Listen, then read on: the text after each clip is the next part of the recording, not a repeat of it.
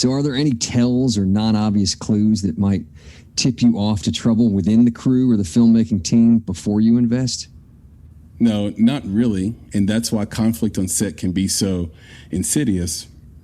You need to keep your ear to the ground, remain close to the film team, and not be in an ivory tower.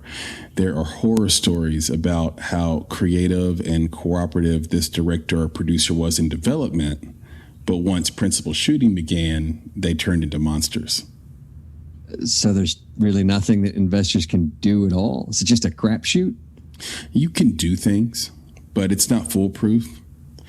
And you have limited time before you wire dollars to, assess as many people as possible. Now, keep in mind, more than half of the staff won't be hired in pre-production, so you won't get to meet them. Gotcha. All right, so what's a tactic you use to expose potential conflicts? Well, what's worked is scheduling 2 meetings. The first with the director and producers all in the same room or all in the same call or Zoom call. The second with the person who brought you into the investment opportunity, so typically the lead producer.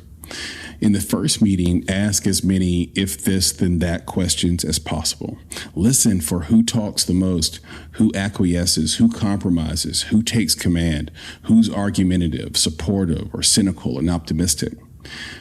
On the second call, the one with only you and the producer, take the most important questions and answers and remarks from the first call and reframe them as sort of off-the-record questions. So, for example, you could ask something like, would XYZ situation really happen the way that the director mentioned? If you stepped in, would they take your guidance? Try to put them in a position where you're challenging their ego. You'd be surprised what you'll hear when you challenge a person's ego and they think their comments are off the record.